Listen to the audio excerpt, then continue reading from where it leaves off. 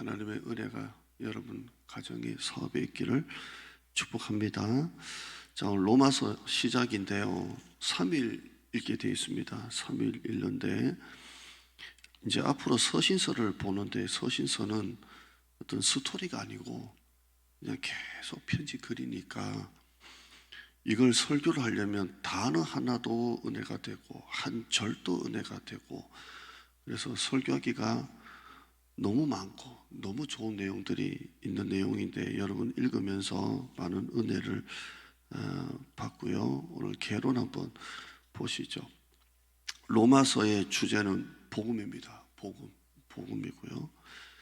첫째는 구원을 위한 하나님의 계획과 능력입니다. 구원을 위한 하나님의 계획과 능력이고, 두 번째는 이 구원에는 인간의 의지나 노력이나 행실은 전혀 없습니다. 전혀 없고요. 오직 믿음, 오직 은혜만 있습니다. 이게 복음입니다. 이 내용 속에 이 구원, 우리에게 구원을 주시는 하나님의 이 계획, 그리고 하나님의 그 능력이 나오는데 이게 구속사죠. 구원의 계획이고요. 그리고 여기에 인간의 의지나 노력이나 행실은 전혀 없고요. 오직 믿음, 오직 은혜입니다. 한번 따라 하실까요? 오직 믿음, 오직 은혜. 지금 우리가 말하는 이 모든 것은 바울에게서 나온 겁니다. 다 바울에게서 나온 겁니다. 오직 믿음, 오직 은혜, 불가항력적인 은혜, 불가항력적인 믿음. 하나님이 그냥 불가항력적으로 우리를 믿게 하시고 불가항력적으로 우리에게 은혜 주시고 오직 믿음, 오직 은혜를 말합니다.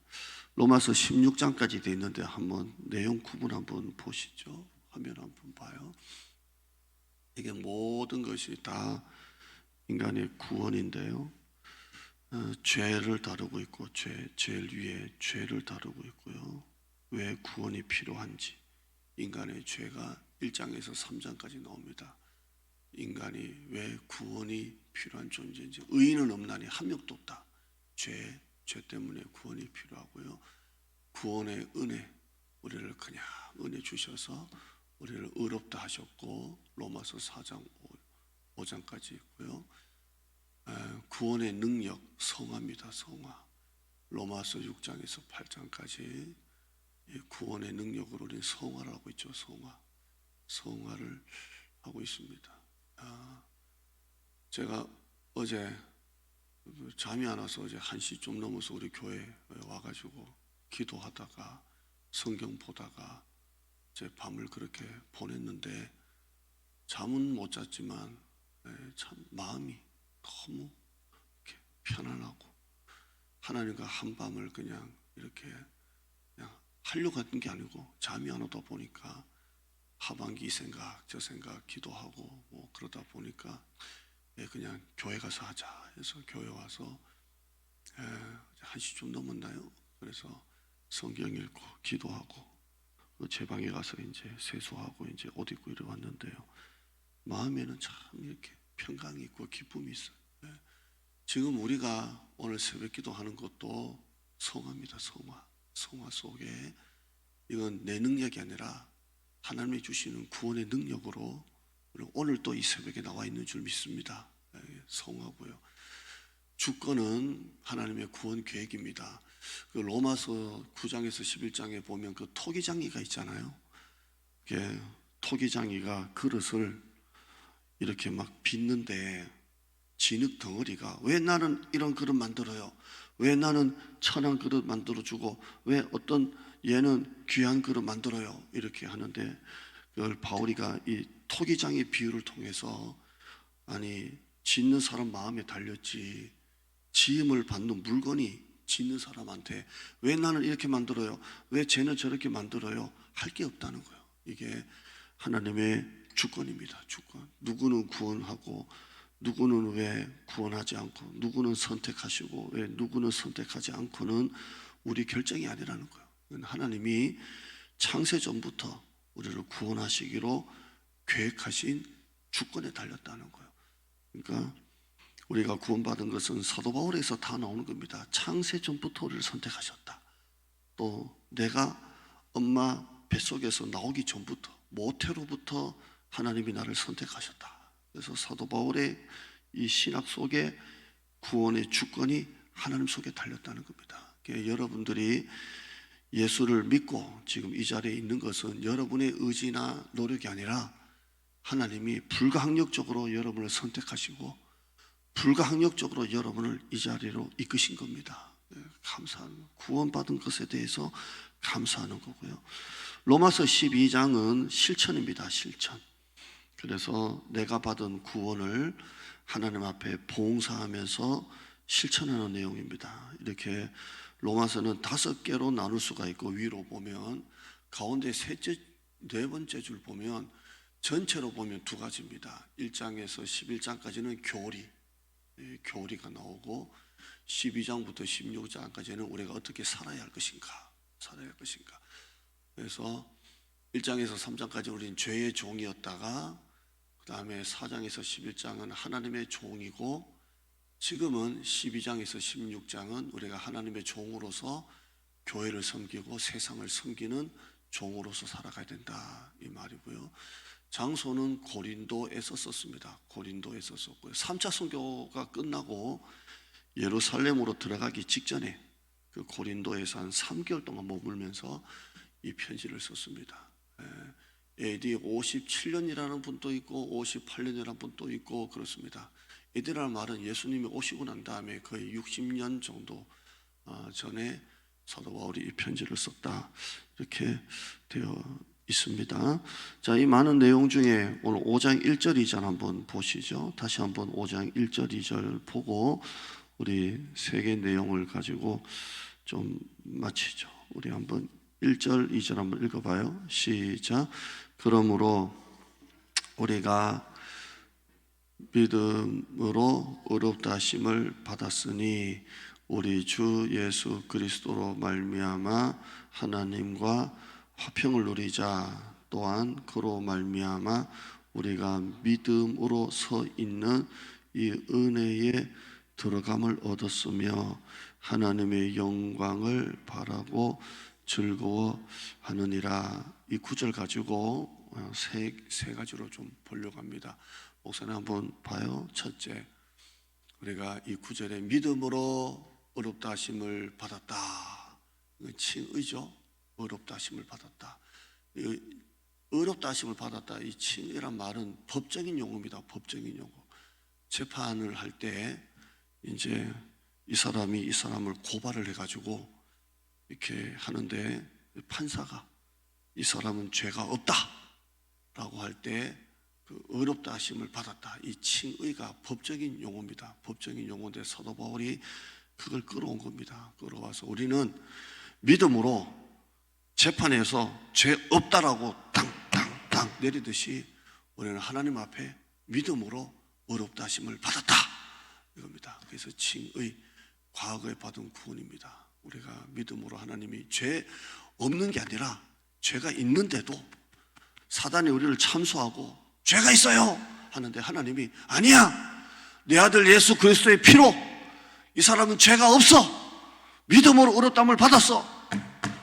오직 믿음, 오직 은혜, 믿음 의롭다 하심을 받았으니 그 다음에요, 하나님과 더불어 화평을 누리자.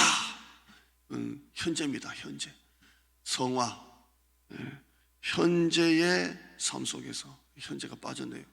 현재의 삶 속에서 하나님의 나라를 이루고 예수님 닮아가는 과정, 이게 성화입니다. 오늘 저와 여러분이 이 성화 속에 새벽기도 하고 있는 겁니다. 하나님과 더불어 화평을 누리자. 성화, 내 안에서 하나님의 나라가 일어나고 또 내 주변에 하나님의 나라가 일어나고, 내가 회사 다니면 우리 회사에 하나님의 나라가 일어나고, 또 내가 예수님을 닮아가는 과정.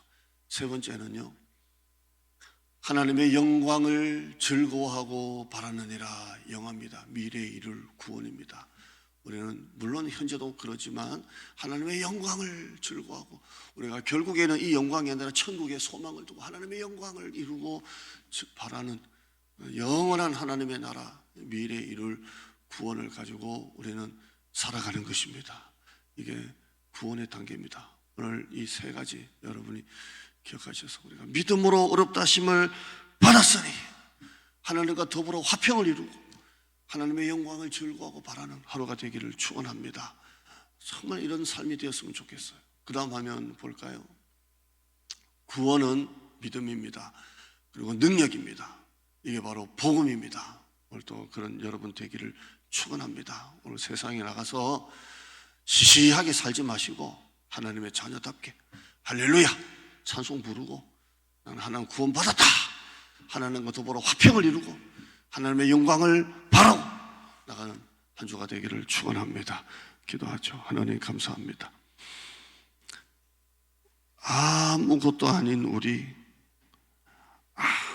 아무것도 아닌 우리, 아무런 능력도 없이 죄의 종으로 끌려다니던 우리, 구원에 대한 마음도 없고 생각도 없고 의지도 없고 그냥 죄의 종으로 살아가는 우리, 오랫동안 모든 죄 가운데 빠져 살던 우리, 구원의 필요성조차도 몰랐던 우리, 그러나 그 죄 가운데 우리를 건져내시고 우리를 어렵다 하시고 우리 삶 속에서 하나님과 더불어 화평을 이루는 성화의 삶을 살게 하시고, 저 사람은 아무리 전도해도 잘 안 되는데 나에게는 구원의 은혜를 주셔서 나를 선택하시고 나를 하나님의 자녀 삼으시고 불가항력적인 은혜와 불가항력적인 선택과 불가항력적인 은혜를 주셔서 예수 믿게 하시고 오늘 또 하나님의 자녀로 내가 세상을 섬기고 교회를 섬기는 종으로 살게 하신 하나님 감사함을 드립니다. 구원이 믿음이고 믿음이 은혜고 이게 바로 복음이라고 오늘 얘기들을 들었습니다. 우리는 이 복음의 능력으로 살아갑니다.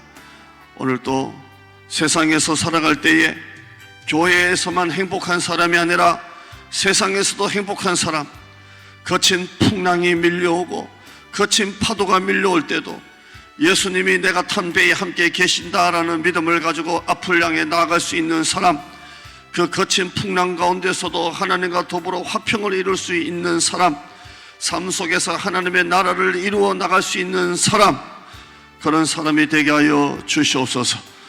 우리가 믿음으로 의롭다 하심을 받았으니 우리 주 예수 그리스도로 말미암아 하나님과 화평을 누리자. 우리가 믿음으로 서 있는 이 은혜에 들어감을 얻었으며 하나님의 영광을 바라고 즐거워하느니라. 과거와 현재와 미래의 영화가 이 한 구절 속에 담겨져 있습니다.